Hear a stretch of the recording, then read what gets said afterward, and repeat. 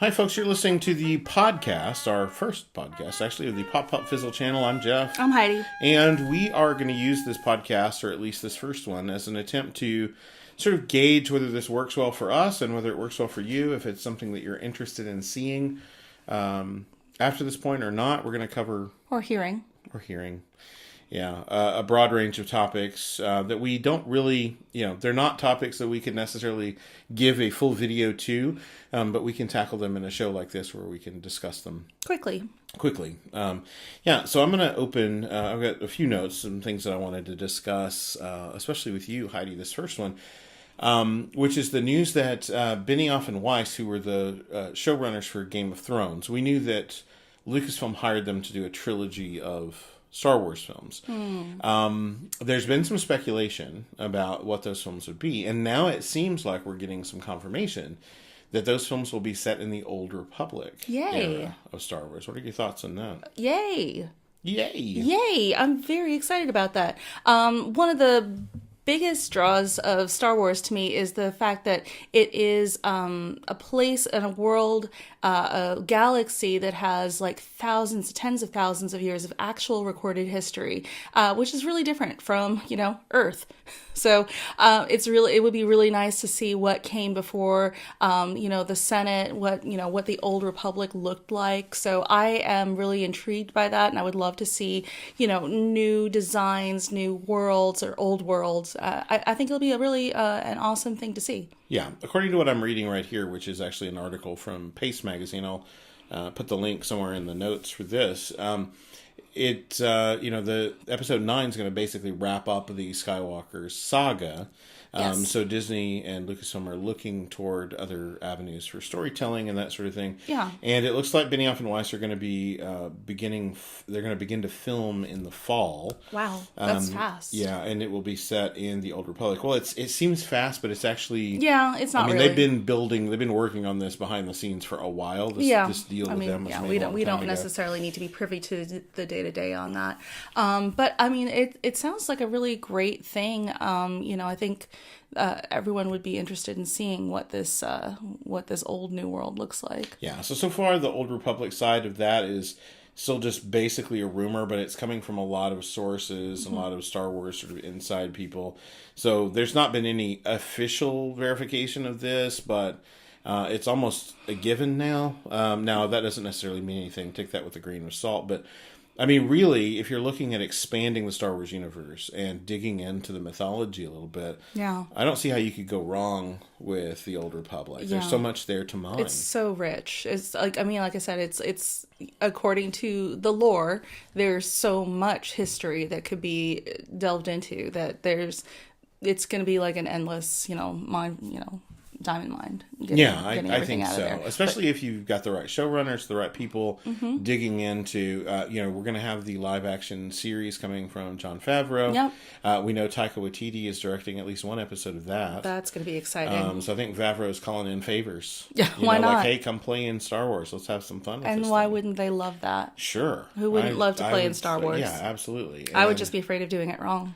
Yeah, and I think that's probably...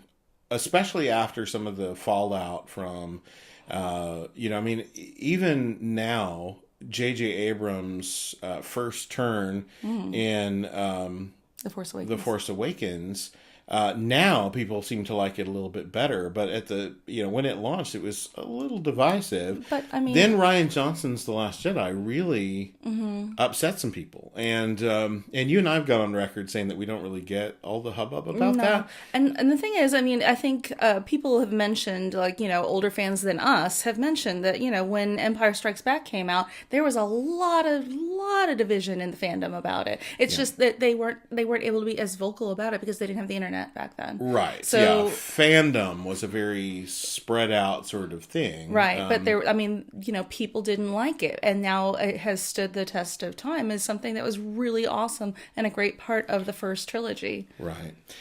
So it'll be interesting to see. Episode 9 is coming later this year. It's coming in December.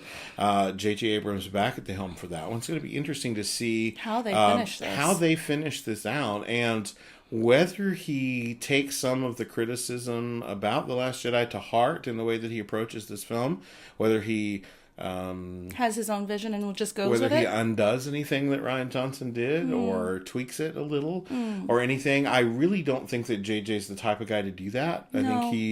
I think he would feel that would be disrespectful to a fellow director. Yeah, I think he'll probably figure out a way to make it work within the frame that he had in mind when he did The Force Awakens. Yeah. I think he'll figure out how to make that work. Yeah. The other thing I wanted to get into, which takes us away from the Star Wars side of things for a little bit, but into another fandom that we're very into and familiar with, which is the MCU. Oh boy, yay! We recently missed getting to react to the trailer for Endgame. We did. We were both sick. Yeah, if you're a watcher of the channel, we apologize for that. We do try to get to those trailers. And we're big Marvel fans if you've watched us at all. Yeah, but Endgame dropped when we were both super sick, and there was really no way to react to it in any way that would have been pleasing for us or you, or not legible. What's the word I'm looking for? You wouldn't have been able to understand us. We were without voice. We were coughing. There were a lot of issues. Unintelligible. Unintelligible. Thank you. Yeah, we would have been. I occasionally forget words. I make some up. So yeah, that we apologize for. But we will tell you what we thought about Endgame. We both were fans of the trailer. I think it's safe to say. Yes. I'm on record as saying they didn't need to give us a trailer for No. this movie. I actually, be there. I told Jeff all he needed, like if we were to put something up on the channel, it would have been like Endgame trailer reaction and then like just a black card that says, of course we're going to go see it and just call it good, So we didn't do that because he was just that sick. Yeah. So. Even editing title card. It was going to be too hard. Pain at the time, yeah. Yeah. But we are very excited about Endgame. We certainly plan to see it opening weekend. Yeah. But the other news that kind of came out right around that same time was that Marvel has rehired James Gunn Yay! to direct Guardians of the Galaxy. Thank you, Volume Disney 30. and Marvel, for really just kind of getting over it. It's been years since the things that were said that James Gunn had. Yeah, and we're not excusing it, but anything. He's apologized and he's worked hard to really overcome those things. So we certainly believe in the power of forgiveness. I don't think there's anybody, certainly not in this room, but probably not wherever you are either, that isn't in need of some forgiveness from time to time and a second chance. And so I see and believe from what I've seen of James Gunn on Twitter from the last few years, even though I don't always agree with him on things, that he is not the kind of person that would make those jokes today. No. Or say the things to be edgy that he said back then. Right. And the thing is, pretty much I think everyone who has worked on Guardians 1 and 2 pretty much said they weren't going to have anything to do with it unless he was on. Well, I mean, they were contractually obligated to. Yeah, it would not have been their choice. It would not have been their choice, but there could have been a lot of stalling, a lot of people other obligations at the time, trying to get schedules coordinated. I think the only one willing to go there was Dave Bautista, and Dave Bautista seems pretty high strung and short tempered to begin with. But I think the rest of them were professional enough that they would have shown up when they were called to, and done what they needed to do. But I think they wanted to make it clear that they believed James Gunn and that he wasn't that person anymore, and that they stood with him, which was great. I thought it was good for them to give him that support. Yeah, and it worked out well. So. And I think what Marvel was probably getting, of course, there's no proof of this. This is just my speculation. But I think what Marvel was getting was they were probably approaching some directors behind the scenes that were saying, no thanks. Yeah. That was James's baby. You should let him do it. Yeah. And I think once you get the picture... I think, wasn't there, Taika Waititi went on Twitter and said, I know the perfect person for this. Yes. And then he said James Gunn. Yeah, well, Edgar Wright and Taika Waititi and a bunch of other people were like, yeah, I'm not going to do that. You know who'd be the perfect person? Is that James Gunn fella. Yeah. But yeah, so he had a lot of support from a lot of different which is really nice to see. Sometimes Hollywood and the entertainment industry aren't always the nicest folks, but I think he has proven himself to be somebody that people have enjoyed working with and who can really handle the topics well. And so there's no real reason to in the sight of that to, cut him out completely. So I'm really glad that that's kind of worked out for him. So needless to say, we are looking forward to Guardians of the Galaxy Volume 3 whenever it comes to be. Whoop, whoop. We don't have any official announcements about anything post-Endgame, really, other than Far From Home. Yeah, that's the only one. We know that they've hired a director for Shang-Chi. Which I know nothing about, so I'm actually really excited to hear more about it. We know that they're working on Eternals, which is a more cosmic sort of Love thing it. that Marvel has. Don't know much about that myself. It'll be interesting to see how they approach things after Endgame. We also got notification this week, or clarification, I guess, from Kevin Feige that Marvel phases 1 through 3 are being referred to as the Infinity Saga, which is awesome. So that's interesting. Yeah. Definitely Phase 4 is going to be an interesting time to see what happens next, especially as Marvel fans.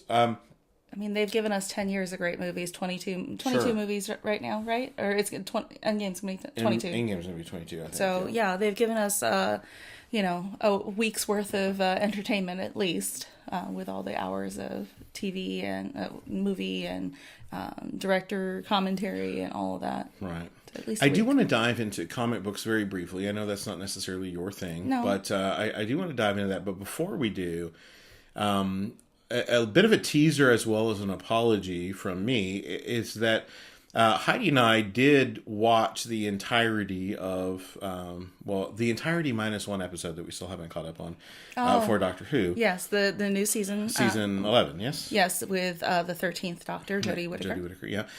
So we watched all those episodes, and then we sat down and filmed...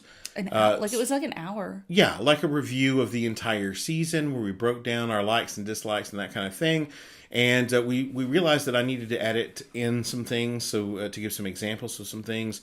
And so as we started working on that, we had a lot of stuff going on with the house. We had, the sickness that hit. We've had a lot of little things. It's like every time we get a moment, something pops up. Kind of, a moment. There's the very Doctor Who reference, no more. But yeah, so we do have that on the horizon, but it's just taking forever to get that thing edited. But the good news is we're not going to get any new Who for quite some time. So at any point in time when we do drop this, I think it'll be just something interesting for people to watch. So. Yeah. So sometime between now, certainly, and the new season, I will get that finished and get it out to you.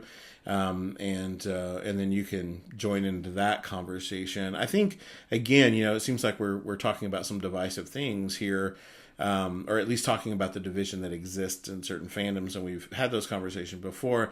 I think this was a divisive season for Doctor Who fans, not just for all of the reasons that get publicized. I think that what happens is, especially with news sources, and this is particularly true. It's true of all news sources, but it's particularly true, I find, in sort of the entertainment news cycle, is that everybody loves a hot story. Everybody loves a controversial take on something. So they give you those clickbaity headlines about things. And so, it comes down to where if you're paying attention to certain news sources, it's like if you love the new season of Doctor Who, then you don't understand Doctor Who. Or if you hate the new season of Doctor Who, you're some sort of misogynist who can't get with the new program or whatever else. And it's like they put everything on this pin's edge of you have to like one of those be over here scales, or else you're the bad guy. Yeah. And just depending on which source you're reading sort of sways you to one side or the other.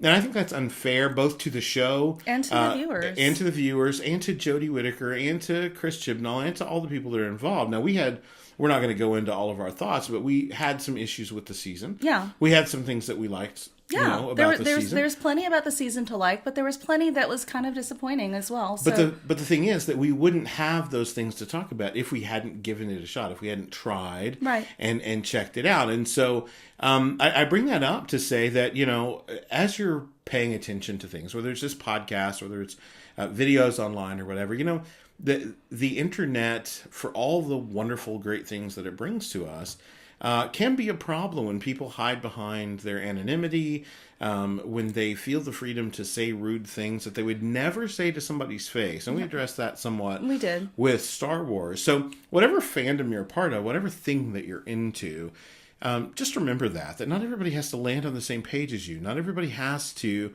approach the material the same way that you do to be thinking rightly. That's not how it works. Yeah, and the thing is, sometimes if you feel like everyone's saying the same thing, you might be stuck in an echo chamber, and it might behoove you to kind of look around to see if there are other opinions, just to see if there's something that new or different that you hadn't thought about. And if you're one of those people who, reads through a story and says, well, I like this thing, and these naysayers don't like this thing, just imagine to yourself that they can rightly hold to their opinion without it meaning that you're wrong. Nobody's saying that you're wrong. Now, there probably are some people online that will say that you're wrong because that's how the internet works. But you can hold an opposing opinion from someone without being enemies on the subject, without being ugly about it or insulting about it. And I find that people have a real hard time with that on the internet, and I just don't get it. I don't get it either. It's not that hard to be kind. It's not that hard to be gracious to people. And, there's an old thing, I believe most moms have said it, is if you don't have anything nice to say, just don't say anything at all. That, unfortunately, not a lesson that seems to be thriving in today's culture. Unfortunately. I still believe in it. So I do too. And but staying on this controversial note for a minute, and you and I have had some discussions about this privately. Right now, and I'm a big comic book fan. I have been since I was 10, 11 years old. I know I started buying them on my own when I was 11. I think I had some bought for me earlier than that. Always a fan. Big fan of Marvel. Big fan of DC. Came to DC a little bit later. They were, at the time that I started reading comics, they were a little more mature than Marvel comics were. And so it took me a while to get to DC. When I did, I was a big Batman fan, big Flash fan. Never as much of a Superman fan, but I've come to appreciate Superman and a lot of the other characters in the DC pantheon. But I'm also a continuity fan, and it's one of the things that I've been drawn to Marvel over the years. So when DC had its Flashpoint miniseries years ago, and they revamped continuity, or they basically did away and rewrote what continuity was and what it meant, changed the timeline, changed a lot of things about the heroes. It was an event called New 52, which launched that. And they realized that a lot of people were not happy with that. And so they then relaunched again and sort of fixed some things and course corrected with an event called Rebirth. Not even an event, just a publishing push called Rebirth. And they did some things to sort of right the ship. I came back on with Rebirth and started reading a lot of titles that I had sort of been done with because of the whole reset. Mm-hmm. And so I've been off and on, picking up things. I buy a lot of my DC comics digitally. But I was hearing some things about certainly Scott Snyder's run on Batman. But I found that I wasn't interested in a lot of the subject matter, a lot of the things, a lot of the directions he was taking the book. I read a few. I liked them. Don't think there's anything wrong with them. But I just didn't find anything to grab onto. So cut to now when I started hearing about this writer, Tom King, who had a much praised run on a Vision series and a Mr. Miracle series for DC. So Vision for Marvel, that for DC. And he'd done some other things. He did an Omega Man mini-series or maxi-series or something like that. But I had heard good things about Tom King, so when he landed on Batman, I wanted to check it out. His run on Batman, it seems, has been very divisive among Batman fans. There's a whole slew of Batman fans that just don't read Batman anymore. They read Detective for their Batman fix. And I really don't get it. And I peruse other sites and other forums and other things, and I chat comics with people online. And it is a very unpopular opinion right now to like Tom King and to like what he's doing in Batman. And I find myself every time a new issue drops going, is this the point where I'm going to fall off? Is this the point where I'm going to go like, oh, now I get it. Now I see what they're going. It never happens. I pick up the issue and I'm like, well, that'll piss some people off. But I like it. I generally like what he's doing because I don't know what to expect. He never goes where I think he's going. Now, there are some Batman tropes that he plays with that have been played with before. And I see people talk about that it's he's treading water that we've already been in before or whatever else. I think it's hard not to do that with a character like Batman. He's been around for, decades. Yeah. Detective Comics is about to hit its 1,000th issue. Okay. Well, they've restarted the numbers a million times also. But Right. 1930-something. Yeah, 38, 37. Was Batman, yeah. So, I mean, you've got, almost 80, over 80 years of Batman. It's kind of hard to think of new topics for him. Right. I mean, but it's disheartening from a fan standpoint because I really do like what he's doing, and it feels like a lot of what gets said about him, at least in the circles that I, peruse, is negative. And it's like, how would I feel if I was Tom King and I was, taking my paycheck and writing Batman or whatever? I mean, there would be a part of me that would be like, well, I'm getting paid, so whatever. Mm-hmm. But Tom King's a comic book fan. So I don't think that it's enough for him just to cash that check. I think he wants people to enjoy what he's doing. Now, maybe there are a lot of people that privately are saying to him, we love what you're doing. We think this is great. Hopefully. Or whatever. And I hope that's true. But I just see a lot of negativity. And it's like, I really don't get it. It's different. But you had a run of the stuff that you liked. You had... Mm-hmm. And I feel like it's the same way with Doctor Who. Like, it would be really easy to just go... For me, at least, and this is me admitting to probably a flaw in my character, it'd be really easy for me to go, this is not what I wanted it to be, and to just stop watching, right? But I had what I wanted it to be. I had a good run of that, and it may be that again. But that doesn't mean that I should harsh somebody else's enjoyment of something that I'm not particularly fond of. Well, and I feel like that's happening a lot with this run of Batman. I'm not sure why. I would think that, like you said, if he's a fan, that he's telling stories that maybe he wanted to hear. And I haven't read these personally, but like I can just make a generalization that, if something is new or difficult, a lot of people are very resistant to it. And I think that's like human nature throughout the course of history. And I could understand if it was really heady concepts and like over the top sort of stuff that was hard to grasp. It's not. It's fun. To me, it's fun storytelling. I know I showed you the issues, the 2 issues with Clark Kent and Lois Lane. Right. And I really felt like their friendship, their camaraderie in those 2 issues was a lot of fun and probably the most enjoyable Batman-Superman story that I've read in a while. And it didn't involve any villains. It wasn't a superhero story per se. It was just about their friendship and them celebrating Bruce's upcoming wedding. And maybe that's what people had a problem with because they're not used to Batman not having an adversary. I don't know, but I just have found it a refreshing change of pace. Cut to then, several months ago, him starting a new miniseries, a new event series for DC called Heroes in Crisis, which is about the notion of superheroes not functioning well because of the things that they see, and sometimes they need help. Sometimes they need counseling. They need recovery. What a concept! I thought it was a great concept. Now. A lot of people balked that it had crisis in the title because crisis is a big buzzword for DC. Yeah. And I think that was a managerial decision. I think that was forced on him. Yeah. I think he probably had a smaller story in mind. Mm-hmm. And maybe the bigger sort of line-wide thing was pushed upon him. Yeah. I can't prove that. And certainly, if that's true, he may not feel for you to say that. But I have still enjoyed thoroughly every issue, not knowing really where it's going. I don't enjoy some of the things that have happened in it. It's a sad, kind of dark story. But that said, I know comics, and I know that some of the people that didn't survive that series will probably be back. And, it's kind of hard to kill anybody off in comic books, right? But I've enjoyed the attempt and the look at mental illness and depression and trauma and some of those things. To say that just because somebody has superpowers or super strength doesn't mean they have super, mental stamina to actually withstand all the things that they've had to do or say or decide. Yeah. So that's definitely worth a look. Yeah, there's a great speech, and I can't remember which issue it's in, but there's a great speech by Superman where he basically comes clean with the public about what Sanctuary, which is in the story, a little bit of a spoiler, it's the place where heroes and some villains go for this counseling, for this treatment.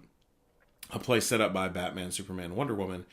And Superman basically just has this great speech about, listen, we're at the end of the day, we're people. Yes, we have great powers and we do our best, but we're still people, and things wound us and hurt us, and it's a weight that we carry, and we carry it for you. But feeling the weight of that doesn't make us broken. It doesn't make us unworthy of being out there trying to help. And so I think it's really good, but again, I seem to be in the minority, and it's a little disheartening to see, because I think there are a lot of people that may be enjoying the series and enjoying what's going on, that feel like they are being silenced by the people that are just really negative about it. And so they, I know I found myself going, well, I don't want to talk about how much I'm enjoying this series in this chat room or in this forum, because I'll be the one person.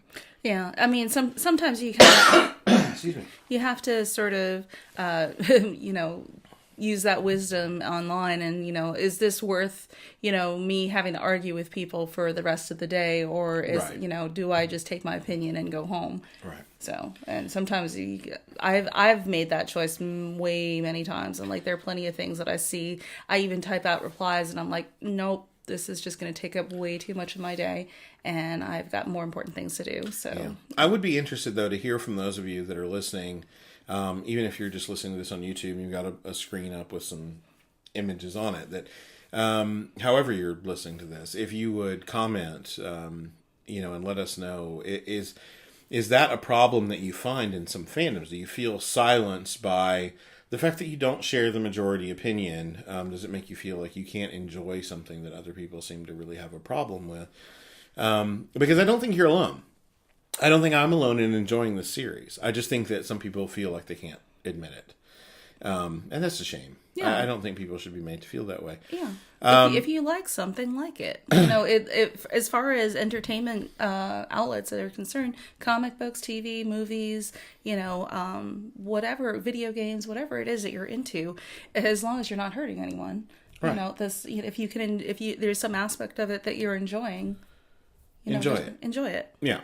And then lastly, before we go, because we do want to wrap this thing up, Heidi and I just finished, actually tonight, we just finished watching The Order, which is a Netflix original series. And as soon as I was able to drop away, I had to go do something before we started recording. I started scrolling through Twitter to see what other people had to say, and everyone was just, ooh, that ending.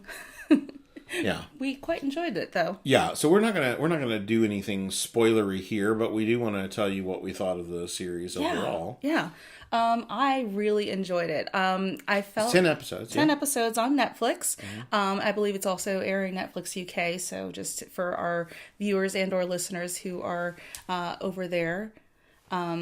We watched all 10 episodes. I think we binged 4 episodes at a time, and then watched the last 2 episodes tonight. And I thought it was a lot of fun. It was, I felt like it knew that it wasn't necessarily the most serious thing on the planet. Like, yeah, it didn't take itself too seriously. Didn't take itself too seriously, which I really liked. I mean, there's some shows that take themselves way seriously, and sometimes it works and sometimes it really, really doesn't. But for this, knowing that they were just kind of going through the story, it was fun. I enjoyed it. Yeah, I did too. I felt like, most of the acting was pretty decent. I felt like the story, some of the concepts in the story were engaging for me. I like the different take on some of the mythology and that sort of thing. Mm-hmm. And I also liked, like you said, that it doesn't take itself too seriously. There's a lot of dialogue that I really enjoyed. Yeah. A lot of humor sort of in the dialogue that could easily get missed if you were taking yourself too seriously. But to me, it elevated the show because it felt like they were having fun, so we could have fun. Yeah, it kind of reminded me of some of the quick banter, dialogue from Buffy and other Joss Whedon type shows. Yeah, I wouldn't place it quite in not that in that stratosphere, but I would say that it reminded me of it for sure. Definitely, you could tell that sort of thing was an influence on how they approached the material. And I think that helps when you're dealing with something that's horror-based or fantasy-based or, dealing with mythology or whatever. You need the real-world grounding, but you also need the sort of emotions, the friendships, the humor that keeps you engaged beyond the silliness of whatever the monster is or the story elements. Yeah. And so I think that works. There were some effects that didn't work for me. a few times, a few things. They were few and far between. Yeah. But I think some of that's just television budget restraints. Probably. And not necessarily, and it wasn't distracting. Like, it didn't take me out of the show or anything like that. There were just a few things visually that I was like, oh, well, that could have been done better. But that's okay. I mean, if for a TV show, for a Netflix show, I feel like they did pretty well with the material. Sure. And I would be curious to see, if it gets a second season pick up, where they would go and what they would do. There's definitely a lot of room for them to do something for a season 2, for sure. Yeah. And judging by the Twitter response, a lot of people are looking forward to a season 2, but there has been no word yet because this just dropped recently. So yeah, and Netflix is pretty stingy with their information about views and stuff like that. So they really are, but we really never know until they say. But given that they're losing a bunch of Marvel properties, they should probably stick with some things that work for them. So if the viewership has earned another season, I think they should go with that. I think the story definitely has some room to grow and expand, and again, there were even some unanswered questions about this season. I think definitely some things that we could surmise, but they didn't really spell it out or didn't really lead us down the path to getting an answer. Right. So definitely be curious about that. But the first season was a lot of fun. Yeah. Good cast. I love seeing Matt Frewer in that as the granddad. Oh, Pete. Pops. Yeah. He's great and everything. But yeah, good time, and not something that we knew anything about going into it. We just decided to sit down and watch it. And like Heidi said, we had such a good time. We binged 4 episodes, came back, binged another 4 another night, and then finished it off tonight. So definitely a recommendation from us. If you like horror, if you like that kind of thing, check that out when you get a chance to order. Streaming now on Netflix. Not a sponsor. Call us. Okay, so that's it for our first podcast. Really just us testing the water, seeing if we can do this thing, if we like doing this thing. And really the better question is, do you like this sort of thing? If you want to hear more podcasts from us, more discussions like this where we cover a range of topics, be sure and let us know in the comments down below. Maybe we can do some more in the near future. Yep. Anyway, any other closing thoughts, dear? I think maybe we should put timestamps for different topics. Oh, we'll do that. Yeah, for sure. So, because we covered a really wide range. So if you just want to jump down or jump around, let other people listen to it. And as always, what would really help is if you share this video with people that you think might be interested in listening to the podcast and checking out our channel. Those things always help. If you're watching this or listening to this via YouTube, be sure and hit that thumbs up and consider subscribing to the channel. We love it when you do that. Until next time, folks. Bye. Bye.